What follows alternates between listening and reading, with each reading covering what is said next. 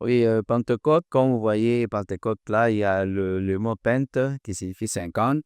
Donc, on peut dire que Pentecôte, c'est 50 jours après la Pâque. C'est-à-dire après, dans l'Ancienne Alliance, c'était après la sortie des enfants de l'Égypte, quand Dieu avait demandé qu'ils puissent commémorer la Pâque. Maintenant, 50 jours après la Pâque, on commémorait la Pentecôte, était la fête des prémices. Et quand on voit les chiffres 50, il y a aussi, si on veut démontrer, il y a les chiffres 8 là-dedans, tout ça, parce que 50, c'est 7 fois 7 semaines. Et maintenant, le huitième jour de la septième semaine, c'est 150, c'est un gros départ, comme pour dire que Dieu, pour recommencer la création qu'elle avait décrit la terre, elle a recommencé avec 8 personnes. Donc, 8, c'est un chiffre de nouveau départ qui va également ensemble avec le jubilé pour nous dire que c'est vraiment un nouveau départ, comme pour dire que les prémices.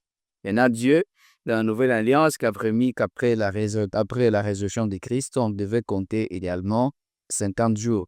Les 50 jours, ça a coïncidé avec la naissance de l'Église. C'est ce jour-là que le Saint-Esprit a pris maintenant l'option d'habiter dans l'homme. Donc, quand nous voyons la Pentecôte pendant ce temps-là, ça nous rappelle le jour où que le Saint-Esprit n'était plus seulement sur l'homme, mais le Saint-Esprit a trouvé qu'il doit maintenant habiter dans l'homme, où l'homme est devenu le temple de Dieu.